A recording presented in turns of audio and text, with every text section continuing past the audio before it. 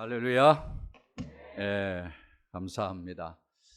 사실 말씀교회는 워낙 소문이 난 그러한 교회고, 또 로고스 우리 학교도 사실은 워낙 소문이 난 곳이었기 때문에 제가 여러분을 이렇게 처음 보지만은 그래도 아주 익숙한 것처럼 잘 알고 있었습니다. 그런데 이렇게 오늘 여러분과 함께 와서 같이 예배를 드리고 또 은혜를 나누게 돼서 아주 기쁘게 생각하는데, 제가 예배당에 들어오면서 너무 좋았습니다. 물론 예배당에 들어오기 전부터 좋았습니다. 왜냐하면은 목사님이 친히 나오셔서 저를 이제 라이드를 해주시면서 부산의 제일 아름다운 곳 중에 하나인 고신대학에서 이렇게 부산항을 내려다볼 수 있는 그러한 기회를 주셔서 제가 처음 봤거든요, 평생.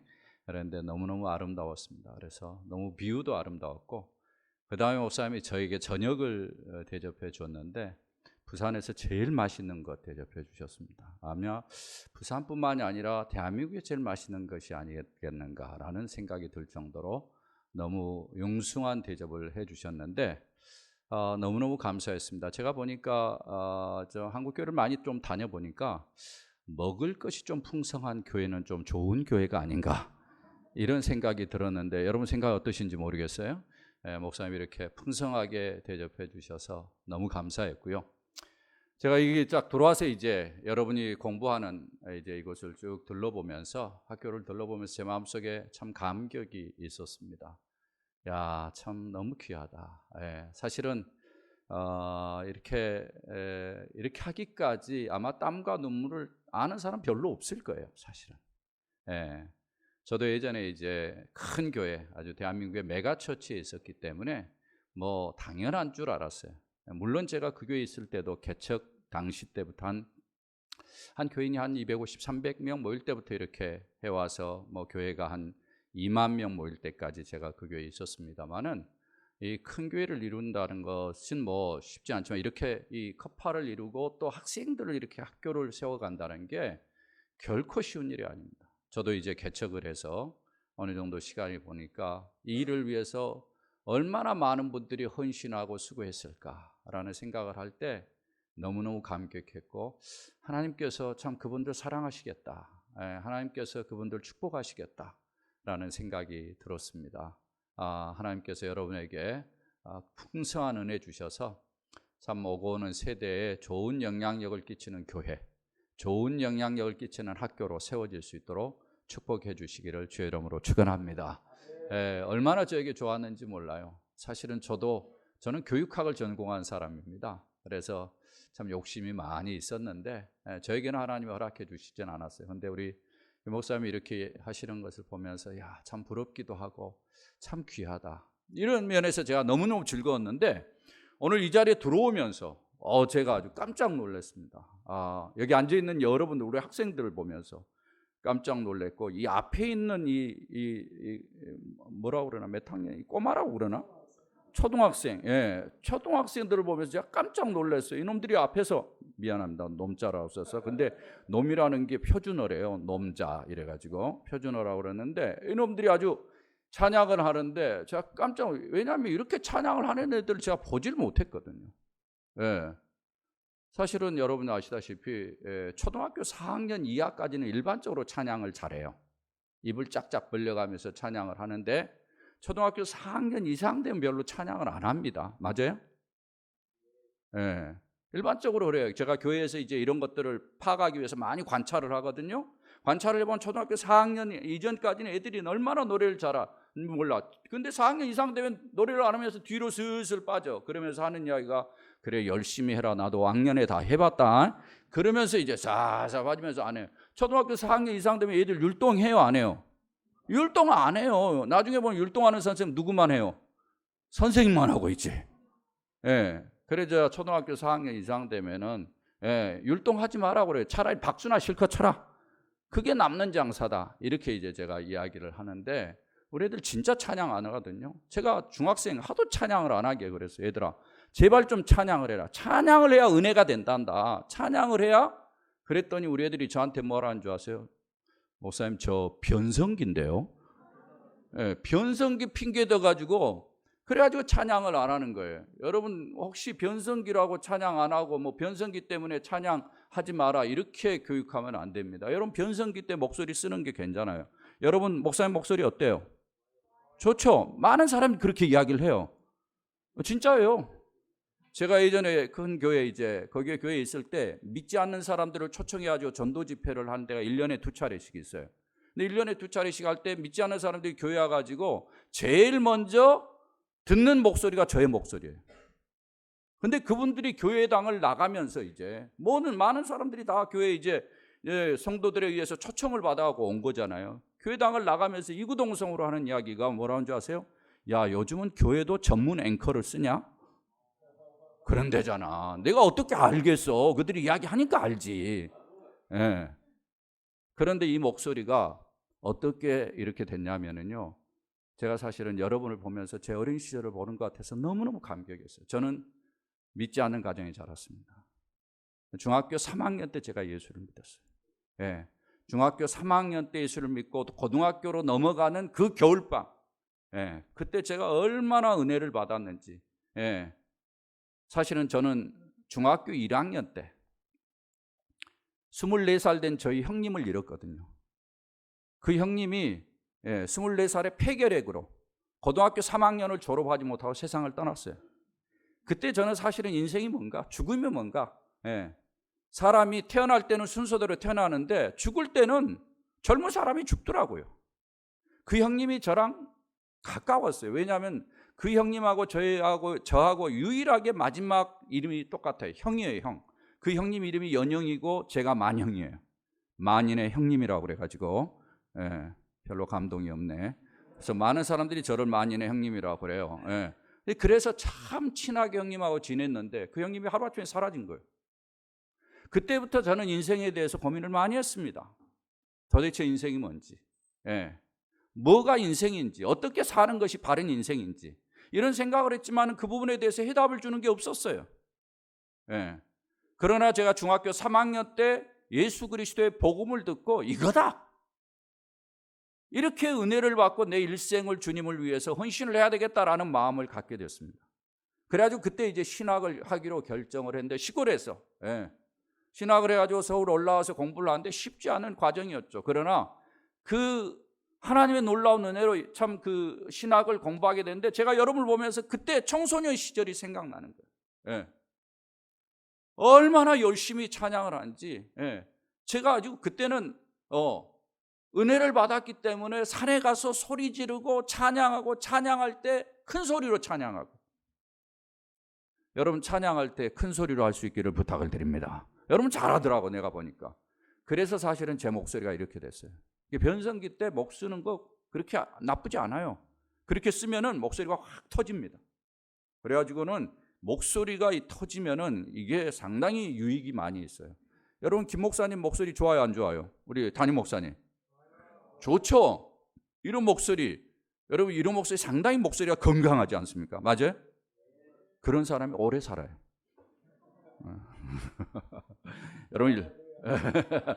여러분 일반적으로 성악가들이 오래 산 줄 아시죠?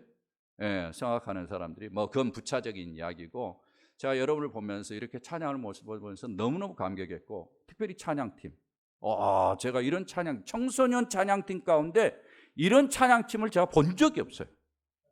진짜요. 저는 그래도 대한민국의 엔간한 교회 가본 사람 중에 한 사람입니다. 여러분 저를 어떻게 볼지 모르겠지만 제가 1990년대 활동을 할 때는 엔간한 교회는 다 가봤던 사람이에요. 근데 이런 찬양팀을 가진 교회를 제가 본 적이 있어요. 지난 10년 동안 이런 찬양팀, 한 20년 동안 이런 찬양팀이 발전했을까? 제가 별로 그렇게 기대가 안 돼요. 왜? 그 이후로 대부분의 교회는 쇠퇴하기 시작했어요.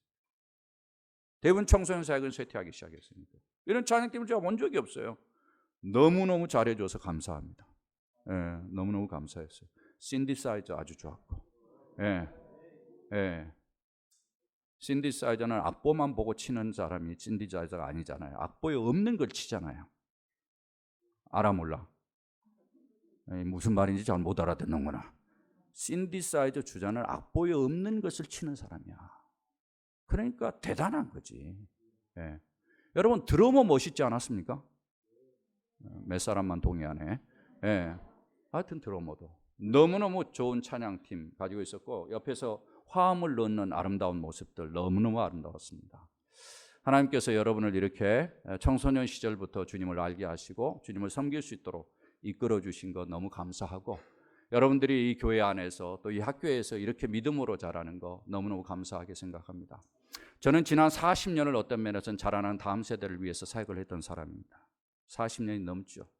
제가 1978년도부터 사실은 이제 전도사 생활을 직접 하면서 청소년들과 함께 어울려서 수많은 세월들을 보냈고, 여러분들의 교육이 좀 잘 되도록 하기 위해서 많은 세월들을 제가 보내왔습니다.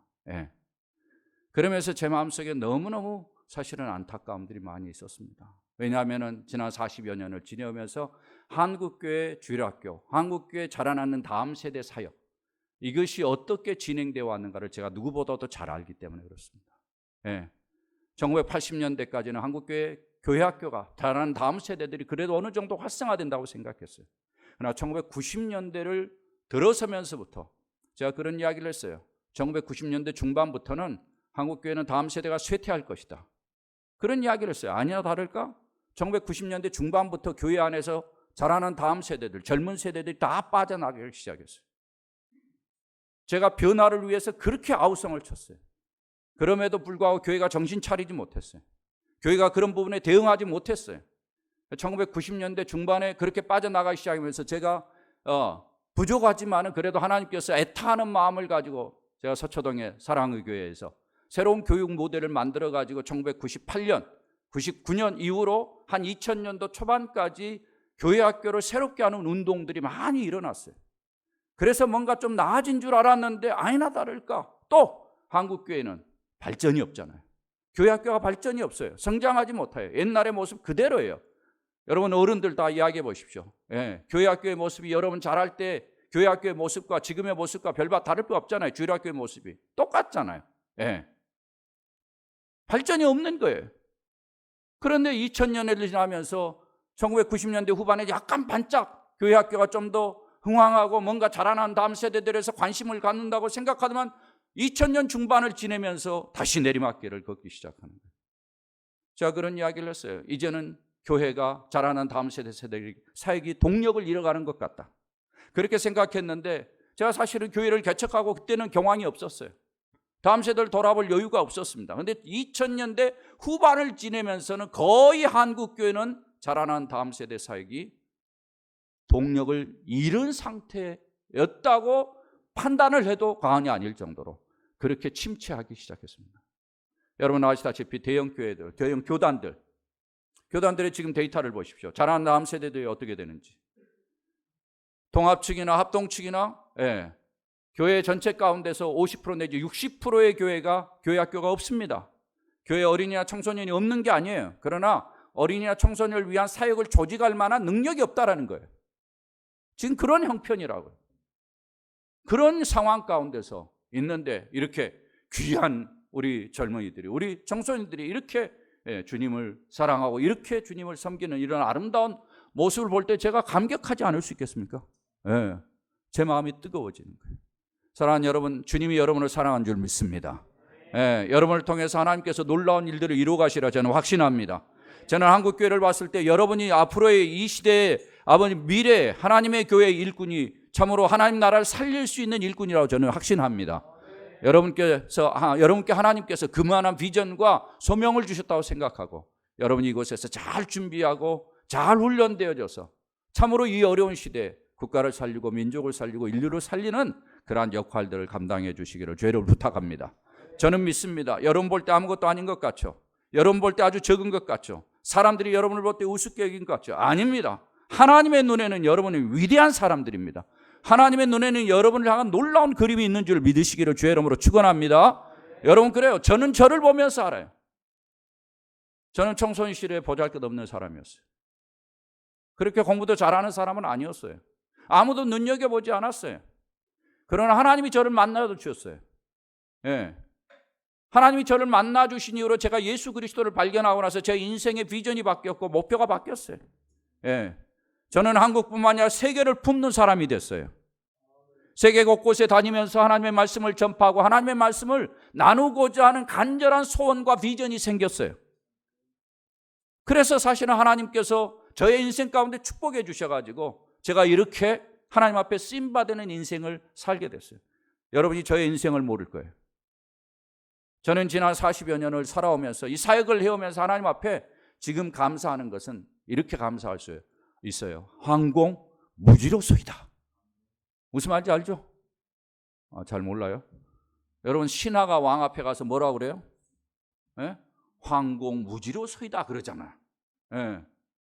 받은 은혜가 너무 많으니까 왕 앞에 황공무지로소이다 그렇게 이야기를 하는 거예요. 하나님이라는 왕 앞에, 우리의 위대한 하나님 왕 앞에 저는 그런 말을 할 수밖에 없는 거예요. 황공무지로소이다. 저같이 보잘것없는 사람을 쓰신 하나님께서 여러분은 더 멋있게 사용하시라 저는 확신합니다. 그러한 은혜가 있을 것을 기대하면서 제 마음이 오늘 참 뜨겁습니다. 그래서 너무 감사하고, 사실 오늘 저녁에 제가 어떤 말씀을 주기보다는 사실 여러분의 모습을 보면서 더 은혜가 된다라는 생각을 하면서 하나님 앞에 감사하고, 짧은 시간이지만 또 이 시간에 하나님께서 또 여러분과 저에게 주시는 음성을 들으면서 오늘 이 시간 좀 은혜를 받았으면 좋겠다라는 생각이 듭니다. 사랑하는 여러분, 지금 현재 이 시대는 하나님을 알기 어려운 시대입니다. 하나님을 발견하기 어려운 시대입니다. 하나님을 가까이 하기 어려운 시대입니다. 저는 사실은 1990년대, 제가 80년대 후반에 유학을 가서 1990년대 초반까지 제가 미국에 있으면서 제가 우연히 21세기에 대해서 관심을 갖게 되었습니다. 그때만 해도 21세기에 대해서 이야기하는 사람들이 별로 없었어요. 미국에서도 책으로 나온 것은 거의 없었고, 미래학자들이 조그만 아티클들, 그러니까 논문, 소논문들 그냥 써놓은 정도의 자료였어요. 그것을 제가 쭉 한번 살펴보면서 사실은 21세기를 내다보는, 왜 제가 그렇게 그 부분에 대해서 관심을 갖게 됐냐면은, 제가 이제 자라난 다음 세대를 위해서 사역을 하잖아요. 여러분을 위해서 사역하잖아요. 근데 여러분이 살 세대가 21세기였어요. 그때 1990년대.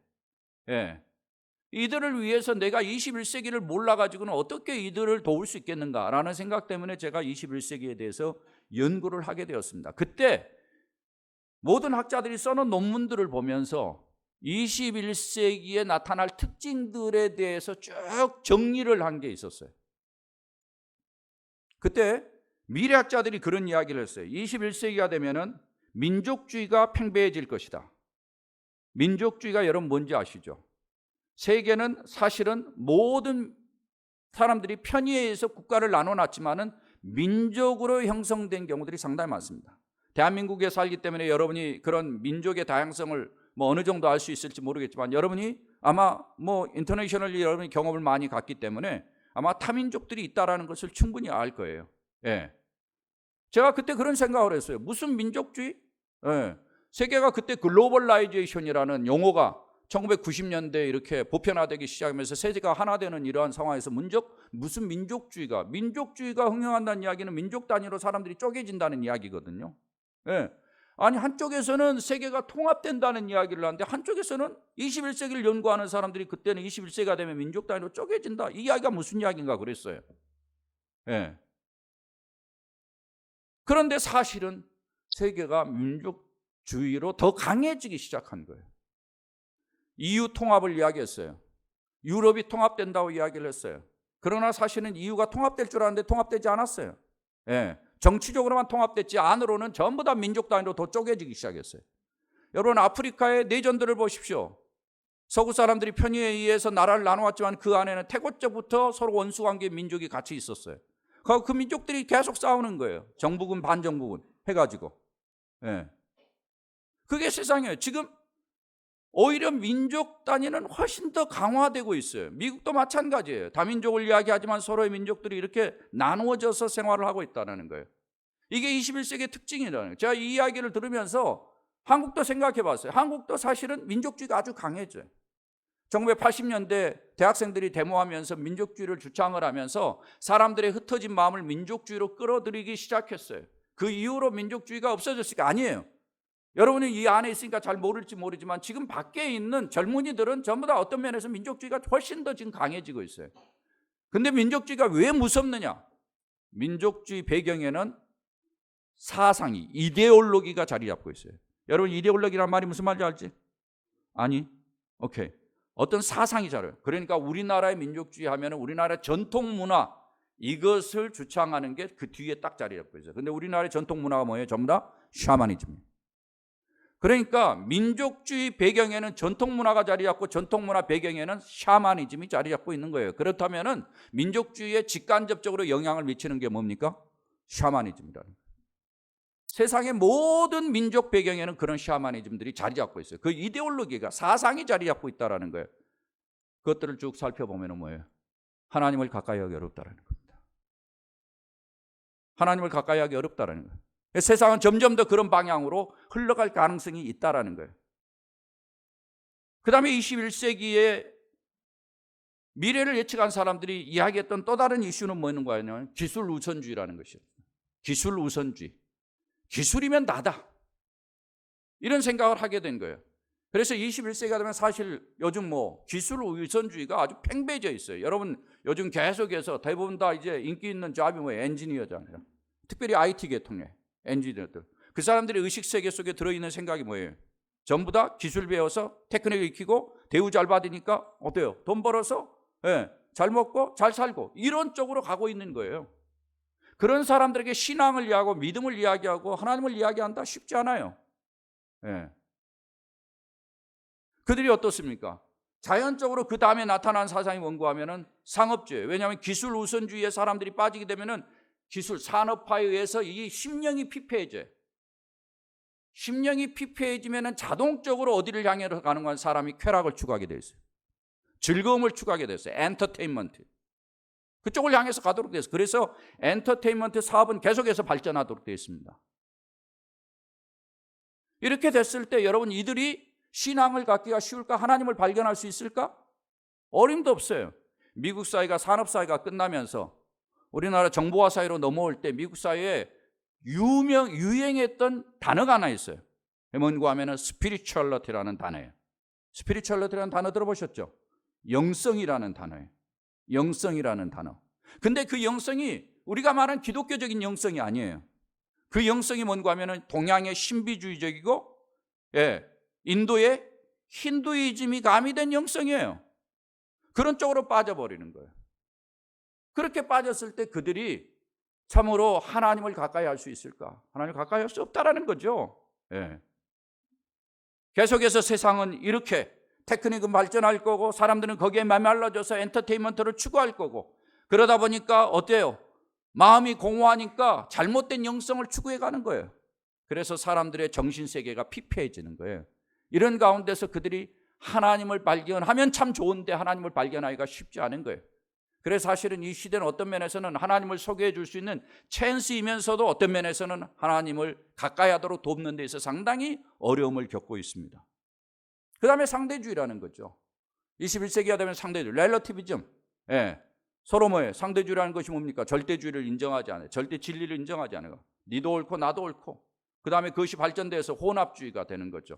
이런 것들이 나타난다라는 거예요. 전부 다 제가 설명을 할 수 없습니다만 이 모든 것들을 제가 쭉 봤을 때 내린 결론은 21세기는 하나님을 가까이 하기 어렵고 하나님을 믿기 어려운 시대다. 사실은 이미 그런 시대가 도래해서 여러분이 이런 시대를 살고 있어요.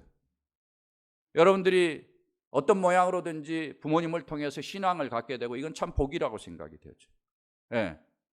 부모님들도 마찬가지입니다. 이 시대에 우리가 믿음을 갖게 된 건 참 복이라고 생각하는데 그러나 주변의 지금 형편은 이런 상태로 쭉 가면서 믿기 어려운 시대. 이런 상황 속에서 우리가 어떻게 자녀들을 키우고 어떻게 다음 세대를 살아갈 것인가 이건 너무너무 중요한 이슈입니다. 저는 오늘 신명기 6장의 4절 5절 이하의 말씀을 여러분에게 소개했습니다. 이 말씀은 사실은 모세가 이스라엘 백성들에게 마지막으로 준 말씀입니다. 어떤 면에서는 모세가 왜 이 말씀을 해야만 했던가 여러분이 그 배경이 있어요. 이걸 잘 이해하셔야 돼요. 모세가 이 말씀을 하게 된 것은 모세가 지난 40년 동안 이스라엘 백성들을 끌고 왔어요. 출애굽을 시켜서 광야를 끌고 왔는데 이제는 어디를 향해서 가게 돼요? 가나안 땅을 향해서 가게 돼 있어요. 근데 여러분 아시다시피 모세가 들어갈 수 있어요, 없어요? 모세는 못 들어가요. 그렇다면 뭐예요? 모세는 더 이상 이스라엘 백성들을 지도할 수 없는 상황이에요. 그런 상황에서 모세가 이스라엘 백성들에게 마지막으로 준 말씀이 이 말씀이에요. 모세가 왜 이 말씀을 해야만 했던가? 이유가 있어요. 모세가 봤을 때 이스라엘 백성들을 보면은 너무너무 안타까운 거예요. 하나님이 그들을 그렇게 만나주시고 구원해주시고 이끌어주셨는데 그들이 하나님을 가까이 하지 않는 거예요. 예. 모세의 고민이 하나 있었어요. 모세의 고민은 뭔가 하면은 이들이 만약에 지금 이런 상태에서 가나안 땅을 들어가면 어떻게 될 건가? 모세는 가나안 땅을 내다보는 안목이 있었어요. 저는 크리스천은 시대를 내다보는 안목이 있어야 된다고 생각합니다. 예. 모세는 가나안 땅을 내다보았어요. 가나안 땅 자기는 못 들어가지만 이스라엘 백성들이 들어갈 때 그들의 정신세계에 영향이 끼칠 것이 무엇인가를 내다보았어요. 그게 뭐였냐면 범신론이었어요. 이스라엘 백성들은 유일신 하나님을 믿고 왔어요. 유일하신 하나님이 진정한 하나님이라 믿고 이렇게 왔는데 그곳에 가면은 뭐예요? 모든 것이 다 신이라는 거예요. 자연도 다 신이라는 거예요, 이게. 그러면 이스라엘 백성들이 그렇지 않아도 현찮았는데 그곳에 들어가면은 유일하신 하나님 다 잊어버리고 거기에 동화될 것이라는 것을 모세는 알았던 거예요. 그래서 모세가 그들에게 마지막으로 주는 말씀이 이 말씀이에요. 그런데 이 말씀은 오늘날 어떤 면에서는 모세가 이 시대를 산다면은 똑같이 우리에게 주실 말씀이 아니겠는가라는 생각입니다. 왜냐하면 우리가 내다보는 지금 앞으로 우리가 살아갈 시대가 이런 시대이기 때문에 그렇습니다. 저는 그런 면에서 이 말씀은 모세가 이스라엘 백성들에게 주는 말씀이기도 하지만은 또한 동시에 하나님께서 이 시대를 사는 우리에게 주시는 말씀이라고 믿습니다. 그렇다면 이 말씀에 우리는 청종해야 돼요. 이 말씀을 주목해서 들어야 됩니다. 그리고 이 말씀을 순종하도록 노력해야 됩니다. 그래야만이 우리가 이 시대를 살 수 있고 이 시대에 영향을 끼치는 그러한 사람들로 우뚝 설 수 있는 거죠. 모세가 부탁하는 몇 가지의 내용을 오늘 간단히 여러분과 함께 나누려고 합니다. 첫 번째로는 5절의 말씀을 봅니다. 5절의 말씀을 여러분 한번 보십시오. 다 같이 한번 읽어볼까요? 시작. 너는 마음을 다하고 뜻을 다하고 힘을 다하여 내 하나님 여호와를 사랑하라. 모세가 이스라엘 백성들을 향해서 제일 먼저 준 말씀은 네가 먼저 하나님을 사랑해라. 예. 하나님을 사랑하라라는 명령을 하고 있습니다. 이건 명령형이에요. 예. 사랑하는 여러분, 지금까지도 하나님을 사랑했지만은 여러분들이 이 말씀에 순종하면서 하나님을 더 사랑하는 은혜가 있기를 주의 이름으로 부탁을 드립니다. 여러분들이 이 말씀을 들을 때 하나님을 사랑하는 이야기는 너무 많이 들었기 때문에 루틴하게 들을지 모르겠습니다. 그러나 이건 너무너무 심각한 부탁 중에 하나입니다. 앞서 이야기한 것처럼 모세가 가나안 땅을 내다보면서 하나님을 사랑하기 어려운 시대를 내다보면서 한 이야기예요. 여러분은 하나님을 사랑하고 싶어도 하나님을 사랑하지 못하도록 방해하는 요소들이 우리 주변에 많이 있을 거예요. 앞으로 계속해서 그들이 도전할 것입니다. 네. 그런 상황에서 하나님을 사랑한다? 쉽지 않습니다. 그러나 하나님 우리에게 이야기합니다. 모세를 통해서 하나님을 사랑하라. 마음을 다하고 뜻을 다하고 힘을 다하여 전인격적으로 최선을 다해서 사랑하라. 많은 사람들이 사랑을 감정이라고 생각합니다. 사랑은 감정이 아닙니다. 행동입니다. 우리가 하나님을 사랑한다고 이야기하는데 도대체 뭐가 하나님을 사랑하는 거냐?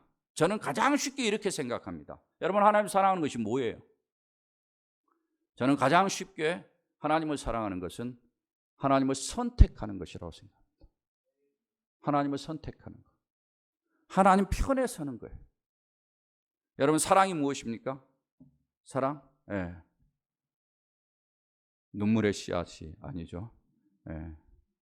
사랑이 뭐예요? 저는 사랑은 선택이라고 생각합니다. 사랑은 이것저것을 가질 수 있는 것이 아닙니다. 예. 사랑은 하나를 선택하는 거예요. 그게 사랑이에요. 이 사랑과 관계된 여러 이야기가 있습니다만은 제가 여러분에게 참 귀한 사랑을 사랑이 이런 것이지 않겠는가라는 생각이 들어서 제가 우리 하나님의 케이스를 가지고 여러분에게 설명할 수 있지만은 그건 또 여러분에게 멀 수도 있고 그러니까 제가 사람의 케이스를 한번 들고 여러분에게 말씀을 좀 드리려고 합니다. 네덜란드에 78세 된 할머니가 있었어요.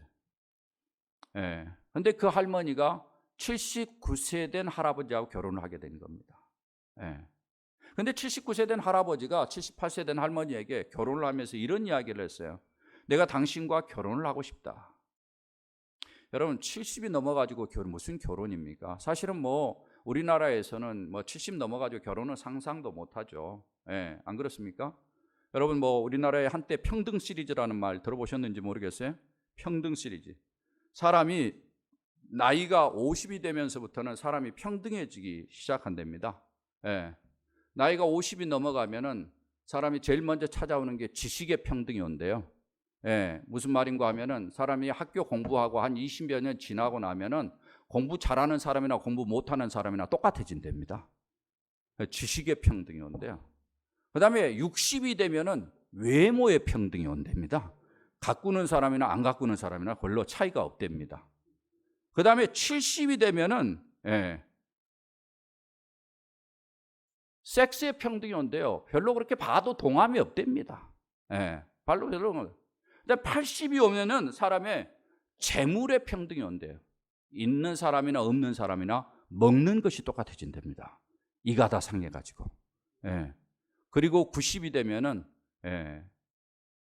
생사가 평등해진답니다. 사는 사람이나 죽은 사람이나 거의 똑같다고 그렇게 이야기할 정도 그런 이야기가 되는데 70이 넘어가지고 사실은 뭐 결혼을 하고 새로운 인생을 산다 거의 불가능해요. 우리나라 사람은 생각지도 못하는 거죠. 그러나 서구 사람들은 하루를 살아도 결혼해서 산다 이런 거거든요.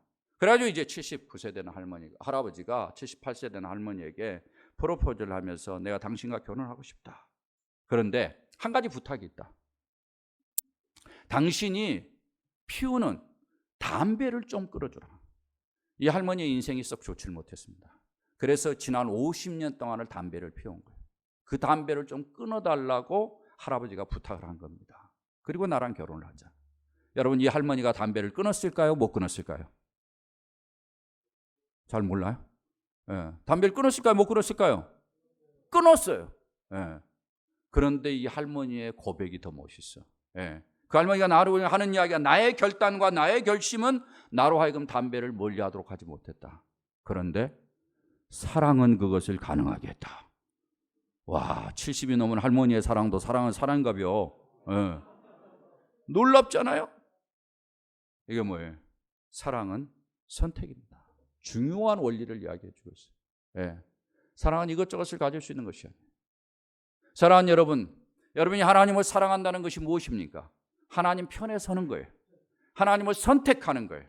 여러분 이런저런 유혹이 많이 있고 이런저런 도전이 많고 옆에서 이런저런 애들의 유혹들이 많이 있다 할지라도 하나님 편에 서는 것, 그것이 사랑인 줄 믿습니다.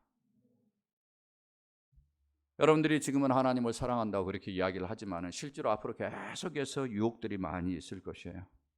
그런 부분에서 여러분들이 하나님을 사랑하는 부모님들에게 부탁을 합니다. 사랑하는 부모님들, 여러분들 하나님을 사랑한다고 이야기합니다. 하나님을 사랑한다고 말을 하지만 여러분이 하나님을 사랑하는 모습을 어떻게 보이겠습니까? 많은 사람들이 하나님을 사랑한다고 이야기하면 자녀들이 봤을 때는 우리 부모님들이 진짜 하나님을 얼마나 사랑하는지를 잘 모르겠는 거예요. 저는 부모님들이 우리 자녀들에게 하나님을 사랑하는 것을 하나님의 선택하는 모습을 통해서 보여줄 수 있기를 부탁을 드립니다. 그걸 다른 때는 몰라요. 평상시 때는 별로 몰라요. 그러나 어려울 때 뭔가 뭘 선택하느냐가 중요한 거예요. 가장 어려울 때, 가장 힘들 때 어떤 것을 선택하느냐가 중요한 거죠. 지금같이 어려운 때, 많은 사람들이 생을 좌절하고 낙심하고 힘들어할 때, 애들과 함께 같이 손을 잡고 주님 앞에 엎드리면서 하나님이 이 과정을 통해서 뭔가 계획하는 것이 있을 거야. 좌절하고 낙심하고 불평하고 원망하고 어떤 면에서는 우울하고 낙심하고 쭈그러들기보다는 하나님께서 뭔가 계획이 있을 거야. 하나님이 지금까지 인도해 주신 것처럼 앞으로도 인도해 주실 거야 라는 고백을 하면서 하나님 편에서는 아름다운 모습을 통해서 여러분이 하나님을 사랑하는 것을 보일 수 있기를 주의 이름으로 부탁을 드립니다.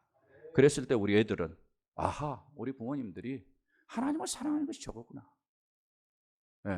그 모습을 통해서 하나님을 사랑하는 것을 배울 수 있으라고 저는 생각합니다. 저는 개인적으로 사실은 어려운 아픈 시간을 제가 사실은 지난 5년을 보냈습니다. 지난 5년 동안 제가 사실은 하루도 제 마음에 여유가 없었습니다. 왜 그랬는가 하면은 5년 전에 저희 아이가 암 선고를 받았기 때문에 그렇습니다. 예. 한국에서 아주 희귀한 그런 암이었습니다. 병원에 가서 진찰을 하고 점심 때 저에게 연락을 해왔는데 울먹이는 목소리로 암이라고 그렇게 이야기를 했노라고. 그래서 제가 깜짝 놀래고 이제 제 마음속에 참 여러 가지 생각이 오갔습니다. 그래서 집으로 이제 와라 이야기를 하고 그날 저녁에 제가 사실은 이 병명을 들으면서 참 제 딸아이인데 지금 딸아이가 이제 35입니다. 그러니까 걔가 30대 이제 그런 한참 이제 중요한 때 사실은 그런 이제 진단을 받고 걔 아이도 놀랬고 제 엄마는 더 놀래고 저도 아주 놀랬죠. 근데 제가 이 상황에서 어떤 모습을 보일까? 뭐 얘들에게 보이는 것보다도 저는 하나님 앞에서 내가 어떻게 이 부분을 감당하고 하나님 앞에서 어떤 태도로 이것을 내가 수용해야 될 것인가 라는 생각을 하게 되었습니다. 그러면서 제가 지난 날을 쭉 돌이켜봤어요.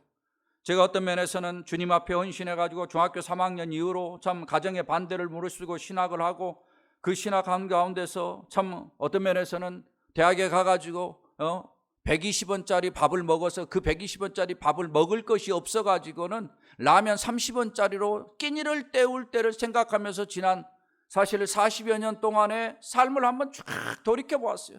내가 허물이 많았고 내가 부족한 것이 많았고 내가 연약한 것이 많았고 죄인 중에 괴수임에도 불구하고 하나님께서 베푸신 은혜가 너무 큰 것을 내가 확인하면서 그렇지. 그리고 제가 저녁에 애들을 모았습니다. 마치 저희 아들아이도 들어와 있었기 때문에 제가 두 아이를 모아놓고 가정에서 그 진단을 앞에다 놓고 이야기를 했습니다. 얘들아, 이 진단이 이렇게 나왔는데 나는 이것으로 인해서 하나님 앞에 불평할 수가 없다. 하나님이 그동안 나에게 베푸신 은혜와 사랑을 나는 잊을 수가 없고 나 같은 죄인에게 베푸신 놀라운 은총에 대해서 나는 불평할 수가 없다. 그래서 하나님이 이것을 어떻게 인도하실지 난 모르지만 나는 감사히 받고 우리가 이 가운데서 하나님에게 원망하지 말자. 하나님에게 불평하지 말자.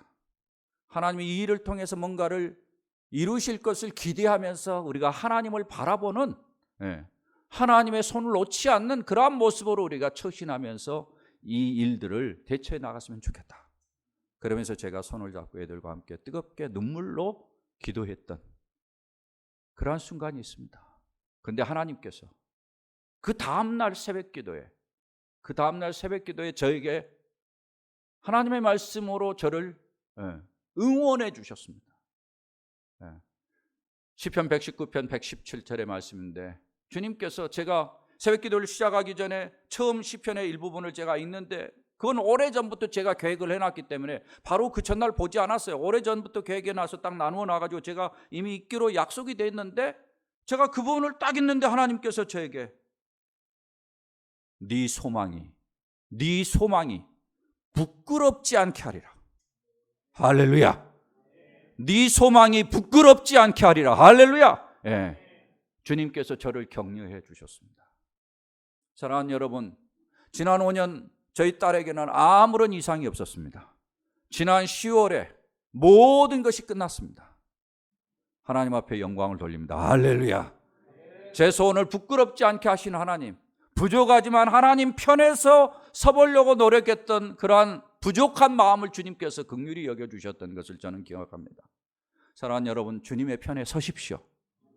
불평이 있을 것입니다. 원망이 있을 것입니다. 짜증도 날 것입니다. 왜 하나님은 나에게 이렇게 하시나? 왜 하나님은 우리 가정을 이렇게 인도하시나? 왜 하나님은 나에게 이런 좀 더 좋은 조건과 형편을 주시지 않겠나? 이런 생각이 들겠지만은 여러분 하나님 편에 서십시오. 늘 하나님을 선택하십시오.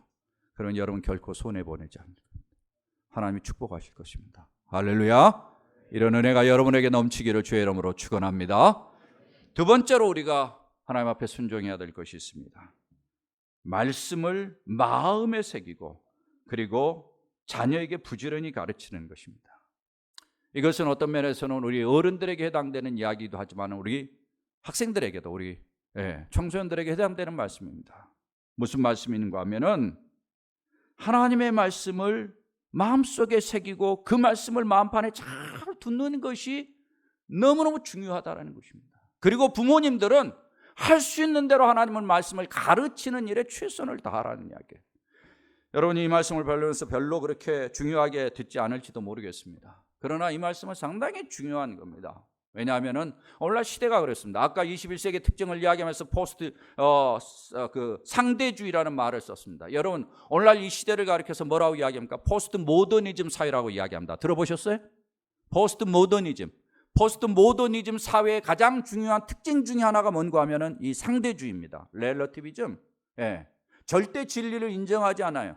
여러분과 저는 하나님의 말씀이 진리고 이 말씀대로 살 때 인생은 행복할 수 있다고 믿는 사람이에요. 믿습니까? 할렐루야. 그렇죠? 근데 상대주의는 그렇게 생각하지 않아요. 여기에는 약간의 진리가 들어있을 뿐이야. 읽다가 내게 감동이 되면 그것만 진리야 라고 생각하는 거예요. 그러니까 모든 말씀이 진리라고 생각하고 받아들이고 순종하지 않아요. 내게 기분 좋은 것만 딱 뽑아가지고 그것만 진리라고 생각해요. 이게 상대주의예요. 그러니까 뭐예요? 진리가 하나님이 말한 거 진리가 아니고 진리를 누가 만드는 거예요? 자기 자신이 만드는 거예요. 그래서 오늘날 이 시대는 전부 다 자기 자신에게 좋으면 그건 좋은 거고 자기 자신에 나쁘면 안 좋은 거예요. 여러분도 지금 그런 세계에 물이 들어있어요. 여러분의 의식세계 속에 다 그런 것이 들어있어요. 그래서 내게 좋으면 좋은 거고 다른 사람도 그렇게 해야 되고 내가 싫으면은 다 싫은 거예요. 그래서 오늘날 어떤 면에서는 자라난 다음 세대들이 절대 진리에 대한 의식이 있기 때문에 상대적으로 뭐가 약하는가 하면 도덕의식이 상당히 약합니다. 무엇이 옳고 무엇이 그른지를 잘 배우지 못하는 거예요. 우리 학생들이 이곳에서 그래도 하나님의 말씀을 가지고 잘 배우니까 그렇지 여러분 밖에 있는 사람들 보십시오. 무엇이 옳고 그른지 잘 배우지 못해요. 그래서 훨씬 더 도덕적 해이가 강합니다. 앞으로도 그럴 거예요. 훨씬 더 도덕적 해이가 강할 겁니다. 여러분 오늘날 이 시대를 보십시오. 주변에 보면은 내로남불이라는 말을 많이 쓰잖아요. 그게 왜 나오는 이야기예요? 전부 다 자기에게 좋으면 그건 진리라고 생각하는 거예요. 절대 진리를 따라서 이것이 옳고 그른지를 구분을 잘 못하는 거예요. 그래서 도덕적 해이가 훨씬 더 강해지는 것입니다. 이런 시대 속에서 진짜 필요한 게 뭐냐? 하나님의 말씀의 진리를 알고 그 진리를 깨닫는 거예요. 이것은 더욱더 중요합니다. 21세기를 사는 여러분에게 있어서. 사랑하는 여러분, 21세기에 가장 영향을 끼치는 사람은 어떤 사람일까요? 21세기에 영향을 끼치는 사람은 믿음 있는 사람입니다. 여러분 제 이야기를 잘 들어보세요. 저는 이 이야기는 제 이야기가 아닙니다. 21세기 영향을 끼치는 사람은 영향을 끼치는 믿음 있는 사람이라고 이야기한 사람은 영국의 학술원 원장을 지냈던 찰스 헨리라는 사람이에요. 그 사람이 영국의 런던 대학의 경영학과 교수이기도 했는데 영국의 경제 정책에 영향을 많이 끼쳤던 사람인데 그분이 오래전에 The Hungry Spirit이라는 책을 썼어요. The Hungry Spirit이라는 책에 쓰면서 오늘의 문제는 돈이 아니라 정신의 빈곤의 문제이다. 이런 이야기를 썼어요. 그러면서 이 정신을 뭐라고 이야기를 했는가 하면 믿음이라고 이야기했어요. 그분의 이야기입니다. 세상을 변화시킬 수 있는 것은 우리가 믿고 따라가는 정부가 아니라 우리가 갖고 있는 믿음이다 라고 이야기를 했어요. 이 사람은 본래 믿음이 없는 사람입니다. 돈과 성공과 가정의 일반적인 가치를 추구하는 사람이에요. 그런데 그 사람이 믿음이 중요하다는 걸 깨닫게 되었습니다. 언제? 아버지의 장례식장에서. 아버님이 목사님이셨습니다. 아버지가 목사인데 아버지가 너무너무 어렵게 산 거예요. 평생을 어렵게 산 겁니다. 그러나 아버지는 아무런 불평 없이 묵묵히 그 자리를 지키면서 일생을 산 거예요. 이것이 그에게는 불만이었어요. 그래서 집을 뛰쳐나갑니다. 그러나 자기가 가가지고는 열심히 어린 나이에 집을 나갔지만은 열심히 노력을 해가지고 자기 나름대로 성공을 했어요. 그래가지고는 이제 편안하게 살아가는데 아버지가 위독하다는 소식을 듣습니다.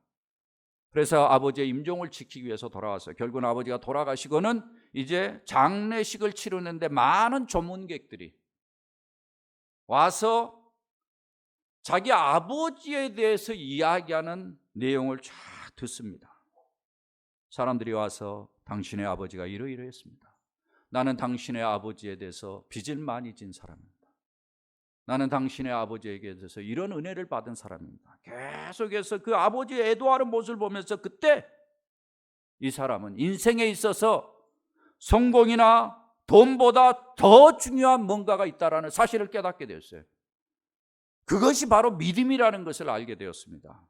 예. 그러면서 이런 이야기를 했어요. 자신의 삶과 목적에 대한 분명한 믿음을 가진 사람이 이 세상을 변화시킬 수 있다. 이 사람이 왜 이야기를 했느냐? 자기가 믿음 있는 사람들을 쭉 살펴보니까 믿음 있는 사람들의 특징들이 있다는 것입니다. 믿음 있는 사람들을 보니까 결단력이 있습니다. 믿음 있는 사람들이 보니까 자기가 하는 일에 헌신하는 거예요. 충성하는 거예요. 믿음 있는 사람들이 보니까 잘 참고 인내합니다. 믿음 있는 사람들을 보니까 훨씬 더 강한 추진력을 가지고 밀어붙입니다. 예.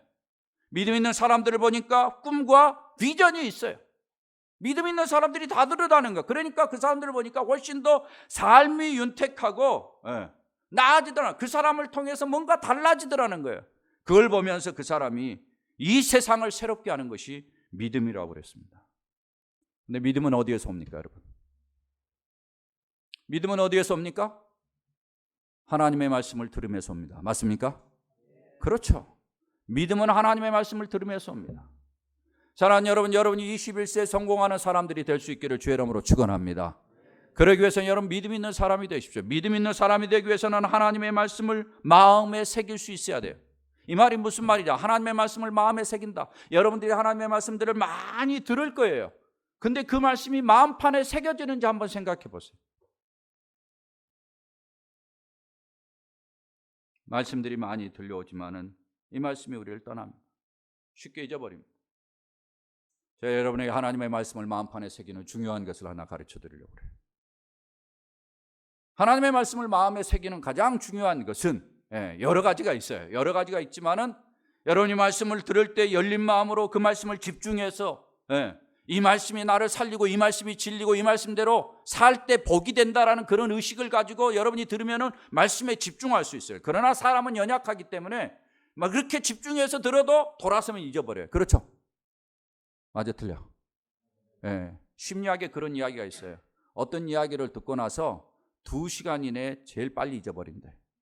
그러니까 여러분이 학교에서 공부를 하고 나서 2시간 이내에 거의 잊어버리는 거야. 맞아, 틀려. 맞는 것 같지? 그래서 공부를 잘하는 사람은 2시간 이내에 복습을 하라, 이런 이야기가 있어요. 들어보셨어요? 들은 사람은 훨씬 앞서가네. 그렇지. 2시간 이내에 복습. 그래서 여러분이 배운 다음에 2시간 이내에 복습하는 습관을 가져야 돼. 부모님들 애들 학교 갔다 온 다음에 수고했다, 놀고 공부해라, 이러면 날 새는 거예요. 어떻게 해야 돼? 복습하고 놀아라. 복습을 2시간 이내에 해야 돼. 2시간 이내에 복습을 하면 잊어버리긴 잊어버리는데 뜸하게 잊어버립니다. 천천히 잊어버려. 그러니까 사람이 잊기는 잊어버려. 근데 천천히 잊도록 하는 거예요. 그래서 여러분 2시간 이내. 그래서 여러분 사실은 공부를 하고 나서 사실은 쉬는 시간이 어떨 때는 중요하기도 해요. 공부 잘하는 애들 보면 쉬는 시간에 복습해. 앞으로 우리 학교의 로고스 인터내셔널 스쿨에서는 쉬는 시간이 무지하게 조용하리라고 제가 생각을 했는데 상당히 쉬는 시간이 집중력이 뛰어날 거라고 기대를 하는데 이렇게 복습하는 게 중요한데 복습을 할 때 더 중요한 게 있어요. 그게 뭔가 하면은 들은 내용들을 머릿속에만 담지 말로 표현해 보는 것이 아주 중요해요. 여러분이 교회에서 하나님의 말씀을 들을 때 하나님의 말씀을 듣고 나서 그 말씀을 말로 표현해 보면서 드러낼 때가 아주 중요한 거예요. 이것이 상당히 중요한 교육 방법론 중에 하나입니다. 사람이 복습을 할 때 그냥 쓰면서 복습을 하는 방법도 있어요. 그런데 말로 자꾸 표현하는 것이 아주 중요해요. 사람이 말을 한번 한다라는 것이 아주 중요해요. 여러분 어떠세요? 자, 이야기해 보세요. 여러분 학교에서 배운 것들을 딱 배우고 난 다음에 돌아서서 너 배운 거 못 배웠어? 한번 이야기해 봐. 그러면 쉽게 이야기가 돼요, 안 돼요?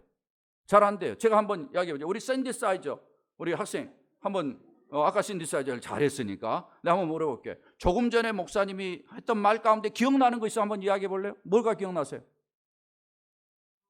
뭔가 많이 들은 것 같은데 별로 기억이 안 나죠? 그렇죠? 뭐가 기억나세요? 오케이, 사랑을 선택하는 것이다. 너무 멋있는 이야기를 했잖아요. 그렇죠? 잘 들었어요. 사랑은 선택이다. 이런 이야기를 했어요. 그리고는 제가 우리 학생한테 물어보고 이제 다른 학생에게 물어보려고 이 니트를 입은 우리 선생님인가 학생인가? 학생이죠. 이렇게 우리 학생을 내가 바라보면 벌써 이 학생의 머릿속에서는 엄청난 운동이 일어나고 있을 거예요. 어떤 운동일까요? 나는 뭐라고? 대답하지. 이런 이야기예요. 그러니까 어때요? 여러분이 제 이야기를 들을 때하고 말할 때와 같아요, 달라요? 다르죠. 여러분 제 이야기를 들을 때는 그냥 듣는 거예요. 머릿속에 붕붕붕 제가 하는 이야기가 둥둥 떠다녀요. 이것은 여러분의 것이 아닙니다. 여러분 이 방을 나선과 동시에 다 잊어버려요. 다 잊어버리게 돼 있어요. 여러분이 집에 간 동안 다 잊어버려요. 네. 그런데 제가 여러분에게 말할 수 있는 기회를 딱 주면은 머리가 운동을 하기 시작해요. 일단 정지. 그리고는 종류별로 헤쳐모여 컴퓨터를 이야기하면 솔팅을 하는 거예요. 그리고는 관계된 것끼리 엮어서 말을 하도록 되어 있습니다. 그런데 우리 학생 한번 이야기해 보세요. 조금 전에 말을 해놓고 야, 나 참 말 잘했다라는 생각이 들어요? 네, 그런 생각이 들 수도 있어요. 아주 정확하게 이야기했으니까. 그런데 또 한 번 생각해 보면 야, 이 말을 할 때 내가 앞에다 요걸 좀 넣고 뒤에다 요걸 좀 넣었으면은 훨씬 더 이 많은 학생들 앞에서 폼을 잡을 수 있었을 텐데 이런 생각이 들죠. 들어 안 들어? 여러분 말을 하는 사람은 그런 생각이 들어요. 이게 무슨 말이에요? 말하는 과정을 통해서 머릿속에 있는 정보가 어떻게 됐다는 거예요? 정리가 됐다는 거예요. 정리가 됐다는 거예요. 그래서 말을 하잖아요. 그래서 머릿속에 있는 정보가 점점 정리가 돼요. 그럼 말을 많이 할수록 여기까지 어디로 내려오는 거 아니에요? 이게 가슴으로 내려와. 그리고 나중에는 가슴에서 이야기를 하게 돼요. 우리 학생이 사랑은 선택이다. 지금 여기에 이야기했어요. 다음에 만나는 사람들마다 야, 사랑은 선택이야. 선택하는 거야. 선택을 잘해야 돼. 사랑은 선택. 계속 이야기를 해보세요. 제일 처음에는 여기에서 이야기하지만 말을 하면 할수록 나중에는 어디서 이야기해요? 나중에 어디서 이야기해요? 가슴에서 이야기해요. 그러면 이 학생은 사랑하면 무조건 뭐가 생각나게 돼 있어요? 선택. 이렇게 가게 돼 있어요. 사람의 머리가 그렇게 가게 돼 있습니다. 그래서 이 가슴의 어떤 면에서는 이 말씀을 새긴다라는 이야기는 이런 과정을 통해서 하나님의 말씀이 점점 내 안에 내려오는 거예요. 그래서 이것이 나의 삶의 가장 중요한 한 부분이 되고 그게 쉽게 고백이 되고 그런 방향으로 움직일 수 있도록 가는 거예요. 그런 면에서는 복습을 하되 말을 하면서 자꾸 하나님의 말씀을 내 마음판에 두는 것이 아주 중요해요. 무슨 말인지 이해가 되세요? 여러분들이 제가 봤을 때 이제 돌아가면서 이제 복습을 하는 거예요. 뭘 하면서? 말을 하면서. 그래서 지금부터 이 시간은 상당히 시끄러우리라고 제가 생각이 됩니다. 여러분들이 가는 사람들마다 붙잡아고 내가 오늘 저녁에 김만현 목사라는 사람을 통해서 이야기를 들었는데 이런저런 이야기를 하더라. 예. 그렇게 여러분들이 자꾸 고백할수록 말씀이 여러분의 가슴에 살아서 여러분의 인생을 컨트롤합니다. 이 진리의 말씀이 여러분의 인생을 이끌어갈 때 여러분의 인생은 제가 봤을 때 물어보지 않아도 성공합니다. 여러분 성경에 성공이라는 단어가 있는 줄 아세요? 우리는 성공을 사실은 잘못된 말로 오해를 하죠. 교회에서도 사실은 성공조차 오해를 하고 있습니다. 세상의 개념이 다 들어와 있죠. 세상에서 성공은 뭐예요? 제가 이렇게 표현해 볼게요. 많고 크고 넓은 것. 맞아요, 틀려요? 그렇게 이야기하죠. 여러분 교회에서도 그렇게 생각하죠. 많고 크고 넓은 것. 성공이라고 생각해요. 근데 성경에서는 성공을 뭐라고 이야기하죠? 성경에서 성공이라는 표현이 나온 데가 요셉의 일생에서 나옵니다. 하나님께서 요셉을 형통케 하셨다라는 말이 나와요. 그때 이 형통케 했다라는 말이 석세스거든요. 그런데 그때 요셉은 어디에 있었어요? 종살이 하고 있었어요. 그때 요셉은 어디에 있었냐? 노예 생활하고 있어요. 감옥에 있었어요. 그런데 하나님께서는 그를 가리켜서 형통케 하셨다, 성공했다라는 그런 표현을 쓰고 있어요. 왜? 성경이 조건이 다르기 때문에. 거기에 보면 성경이 뭐라고 해요? 그가 하나님과 동행함으로. 할렐루야. 성경에서 말하는 성공은 뭐냐? 많고 크고 적음이 아니라 하나님과 동행함에 있다라는 거예요. 하나님과 동행함이 성공의 조건인 줄 믿으시기를 바랍니다. 하나님과 동행하는 것이 뭐예요? 하나님의 말씀을 붙잡고 살아가는 것이에요. 여러분 하나님의 말씀을 붙잡고 살아가면 하나님의 여러분의 인생을 책임지라고 저는 믿습니다. 저의 인생을 통해서 그렇게 고백할 수 있어요. 예. 여러분들의 어른들의 삶을 통해서, 부모님들의 삶을 통해서 하나님의 말씀을 붙잡고 살아가는 것이 얼마나 우리 인생의 소중한가를 여러분이 놓치지 마시고, 이 말씀을 그냥 지나치지 말고 자꾸 복습하고 자꾸 배워하고 표현하고 자꾸 이야기하고 가정을 통해서 마음속에 담고 이 말씀에 순종하면 하나님이 여러분의 인생을 책임지실 겁니다. 사랑하는 부모님들, 애들이 하나님 말씀을 부지런히 가르치십시오. 가르친다 할 때 우리는 늘 교실을 생각합니다. 여러분 교실을 이야기하잖아요. 성경을 보십시오. 예, 교실은 사실은 그릭 로마의 문화입니다. 성경의 문화는 교실의 문화가 아닙니다. 가정의 문화죠. 예, 삶의 현장의 문화죠. 예, 집에 앉았을 때든지 길을 갈 때든지 누웠을 때든지 일어날 때든지 이 말씀을 강론할 것이라. 한국사 크리스천들 보면은요, 하나님 말씀을 가르칠 때 꼭 방을 교실로 만들어가면서 가르쳐요. 예, 애들한테 무슨 이야기야? 너 들어와봐. 여기 앉아. 그리고 아빠가 한 이야기 잘 들어. 이런 식으로 가르쳐요. 예. 성경 그렇게 이야기하죠. 삶 속에서 여러분들이 고통당하고 힘들었던 어떤 길을 걸을 때 자식들과 함께 의도적으로 한번 걸어보는 거죠. 애야, 수년 전에 대한민국에 이런저런 어려움이 있었어. 그때 아빠도 힘들었어. 직장을 잃기도 하고 어떤 면에서는 가게가 잘 안 되기도 하고 하는 일이 잘 안 되기도 하고, 그래서 야, 내가 이렇게 능력이 없구나, 내가 이렇게 보잘것없구나, 예. 그러면서 내가 좌절하고 낙심하고 이 길을 걷고 있었는데 그때 하나님이 나를 만나주셨어. 그래서 아빠가 다시 힘을 내서 열심히 살아서 오늘 여기까지 왔단다. 사랑하는 여러분, 여러분의 삶 속에서 만났던 하나님을 애들과 나눌 수 있기를 주의 이름으로 부탁합니다. 여러분, 성경은 지식이 아닙니다. 성경은 삶 속에서 무르익어야 됩니다. 여러분의 삶 속에서 주셨던 하나님의 말씀을 붙잡고 애들과 나누십시오. 예. 그 말씀이 애들의 삶에 영향을 끼치리라고 저는 믿습니다. 그렇기 때문에 오늘 이 말씀을 삶 속에서 강론하라는 것입니다. 여러분이 그런 과정을 통해서 애들에게 아름다운 발자취를 남기는 축복이 있기를 주의 이름으로 부탁을 드립니다. 마지막으로 여기에서 이제 강조하는 것이 뭔가 하면은 좋은 환경을 만들라라는 것입니다. 또 어른들은 애들에게 좋은 환경을 제공하라는 이야기예요. 여러분 8절 9절의 말씀을 한번 보도록 하겠습니다. 다 같이 한번 읽어볼까요? 시작. 너는 또 그것을 내 손목에 미어 기호를 삼으며 내 미간에 붙여 표로 삼고 또 내 집 문설주와 바깥문에 기록할지니라. 자, 이 말씀을 여러분이 그냥 읽으면 모를 거예요. 여러분이 이 말씀을 읽으면은 이런 것이 생각날 거예요. 이스라엘 백성들의 이 집에 가면은 이렇게 쉐마 이렇게 해가지고 붙어 있는 것이 있어요. 예. 여러분 이스라엘 백성들 가끔 여러분이 이제 전통 유대인들을 보면은 통곡의 벽 같은데 그러 보면은 이스라엘 백성들이 손목에다가 이렇게 끼고 박스도 없고 이렇게 돌리고 있는 거, 이런 거 보신 거 있죠. 그 다음에 이마에다 이런 박스 차고 있는 거 보셨죠? 예, 이런 거. 그럼 TV를 안 보시나? 예, 예, 그런 거 있잖아요. 유대인들 보면은 그렇게 하잖아. 하나님 그렇게 하라고 했어요. 하나님이 왜 그렇게 하라고 했느냐? 하나님의 이유가 있어요. 이걸 내 미간에 붙이라. 이 말은 딱 사람을 볼 때 여러분이 어디서부터 봐요? 사람을 볼 때 어디서부터 봐요? 밑에서부터 이렇게 훑어봐요? 아니죠. 사람을 볼 때 어디서부터 봅니까? 이마부터 딱 보잖아요. 이마 보면 뭐가 있는 거예요? 예? 박스가 딱 있는 거야. 박스가 딱 있으면 이스라엘 백성들은 그것 보면서 저 안에 하나님을 사랑하라고 했지, 자녀들에게 부지런히 가르치라고 그랬지, 이 이야기가 딱 생각나는 거야. 그래서 이스라엘 백성들은 어디를 가든지 하나님의 말씀을 사랑하고 하나님을 사랑하는 일에 최선을 다하는, 이게 뭔가 하면은 그런 것을 통해서 사람이 약하기 때문에 그런 환경, 외적인 환경을 통해서 뭐예요? 자극을 받고 도전을 받고 그 정신 차리도록 하는 거예요. 이게 뭐냐? 환경이 그만큼 중요하다는 거예요. 크리스천은 제가 봤을 때는 사회적인 환경을 좋게 만들어야 돼요. 사실은 크리스천이 신앙생활을 잘할 수 있는 그러한 여건과 환경을 만들어야 되는데 우리 주변의 환경은 그렇게 안 돼요. 사실 여러분이 이제 자라는 청소년들, 여러분들이 이곳에서 잘 훈련받아서 앞으로 우리가 살아가는 사회가 좀 더 건강해지도록 만들 수 있기를 주의 이름으로 부탁을 드립니다. 그런데 여기에서 더 중요한 건 뭔가 하면은 환경 가운데 이런 외적인 환경보다 더 중요한 환경이 있어요. 그것은 바로 사람이라는 환경. 하나님께서는 우리 자녀들이 자라고 우리 학생들이 자라는 데 있어서 예, 가정이라는 환경을 줬고 교회라는 환경을 줬는데 그곳에서 부모라는 사람과 교회의 여러 사람들을 줬어요. 사람이 좋은 환경을 만드는 겁니다. 외적인 어떤 물리적인 환경보다 더 중요한 게 사람이에요.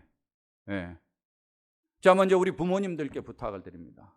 사랑하는 부모님들, 여러분 가정에서 애들에게 좋은 환경을 제공해 주시길 바랍니다. 좋은 환경을 제공한다는 이야기는 좋은 관계를 맺어 주시길 부탁을 드립니다. 제가 봤을 때 우리 말씀교회 성도님들께서는 이거 잘하는 것 같아요. 자녀들 또 이 학교와 함께 이 연계해서 한다는 것이 너무나 귀해요. 이거 진짜 여러분에게 스페셜한 기회라고 저는 생각이 되어져요. 진짜 스페셜한 기회. 저는 봤을 때 한국에 이런 기회를 갖는 사람들이 진짜 없어요. 별로 없습니다. 그래서 여러분들이 잘하는 줄로 알고 있지만, 그러나 여러분들이 진짜 애들과 좋은 관계를 맺는데 노력하십시오. 왜냐하면 제가 지금까지 지내면서 사실은 애들과 관계를 맺으면서 실패한 사람을 너무 많이 봤기 때문에 그렇습니다. 애들과 관계를 너무 쉽게 깨버려요. 예전에 제가 봤을 때 애들이 염색하는 것 때문에 애들과의 관계가 깨져가고 고통하는 사람이 있어요. 애들은 염색해달라고 난리고 부모는 염색하지 말라고 난리고.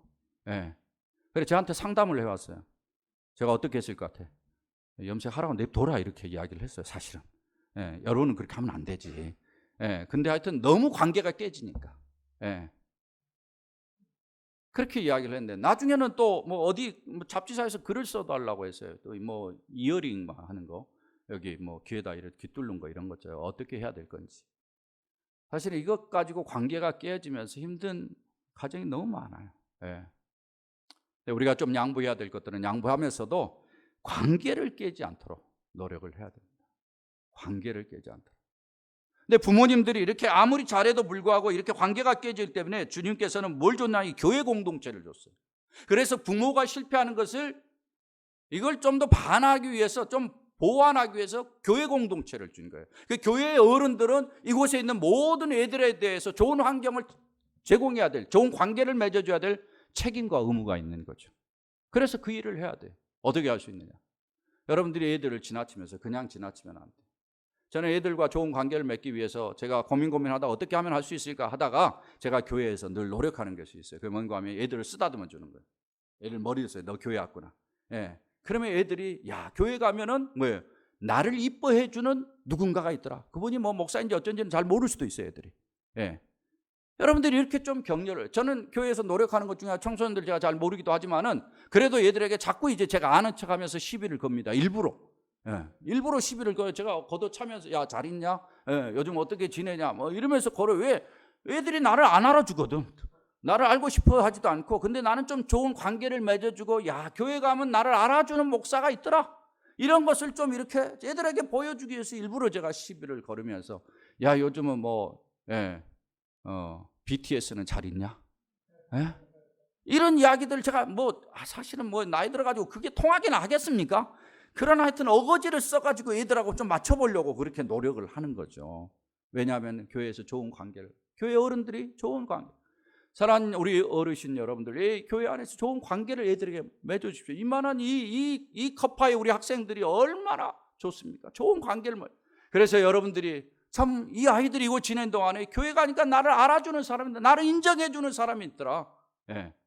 그러면 얘네들이 나중에 어른이 되어도 교회를 결코 떠나지 않으리라고 저는 확신합니다. 좋은 관계를 맺으세요. 여러분, 좋은 관계를 맺는 데 있어서 좋은 격려도 좀 해주시기를 부탁을 드립니다. 좋은 격려. 저는 격려처럼 좋은 게 없다. 저는 개인적으로 사실은 격려를 통해서 인생이 바뀐 사람입니다. 저는 한국에서 별로 그렇게 칭찬을 받아보지 못했어요.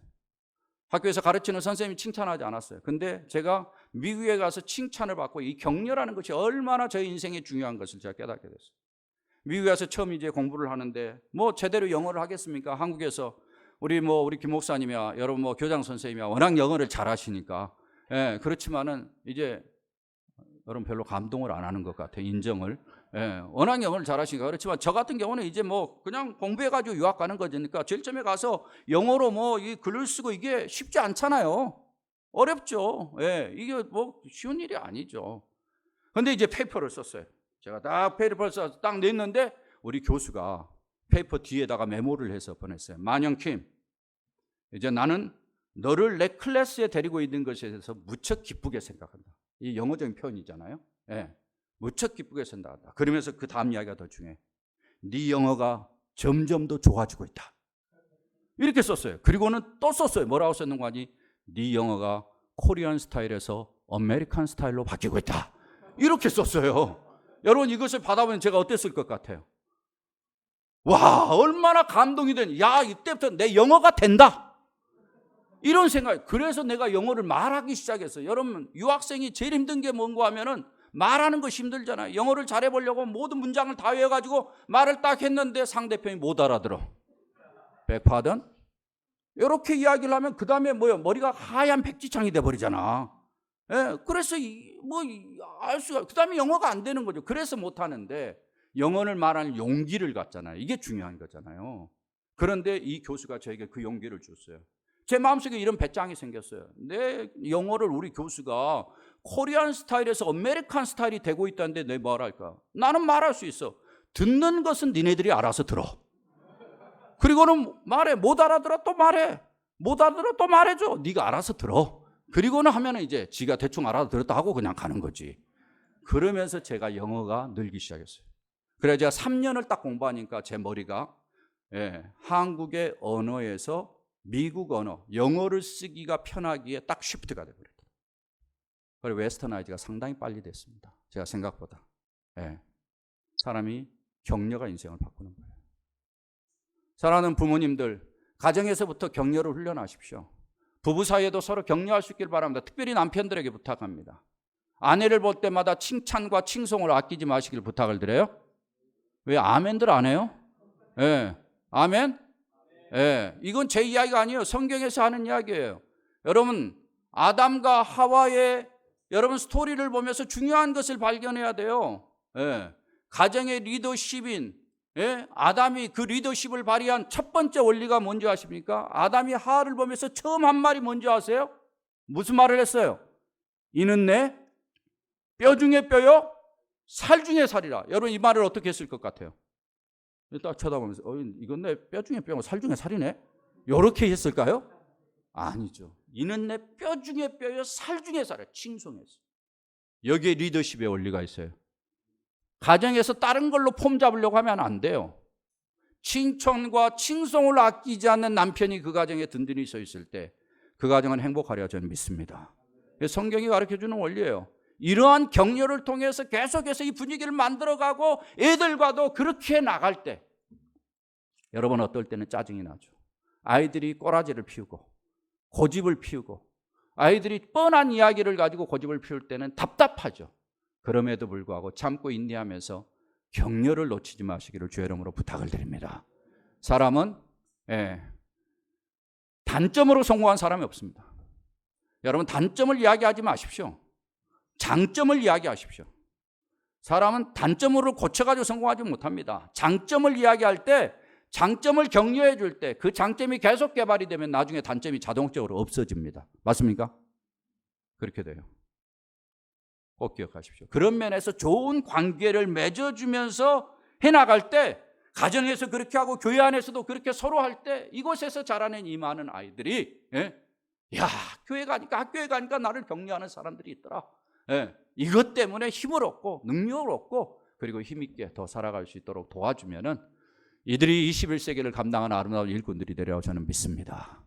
사랑하는 여러분, 점점 더 어려운 시대입니다. 힘든 시대입니다. 하나님을 가까이 하기 어려운 시대입니다. 사랑하는 여러분, 하나님을 사랑하십시오. 하나님을 선택하기를 힘쓰십시오. 하나님의 말씀에 붙어 있으십시오. 하나님의 말씀을 늘 복습하고 마음속에 담으십시오. 그 말씀에 따라 순종하십시오. 그 말씀이 여러분의 성공을 이끌어가리라고 저는 믿습니다. 여러분이 좋은 환경을 만들기 위해서 소명감을 가지십시오. 사회를 변화시키기 위해서, 리폼하기 위해서 소명감을 가지십시오. 사랑하는 부모님들, 우리 성도들, 어른 여러분들, 우리 애들에게 좋은 관계를 맺어주십시오. 그래서 이 어려운 세대지만 이 어려운 세대를 뚫고 나가면서 하나님의 영광을 드높이는 그러한 은혜가 있기를 주의 이름으로 부탁을 드립니다. 아무리 세상을 얻어도 많은 사람이 세상을 바꾸는 것 같습니다. 적은 소수의 사람들이, 하나님 앞에 쓰임받는 사람들이 세상을 바꿀 수 있습니다.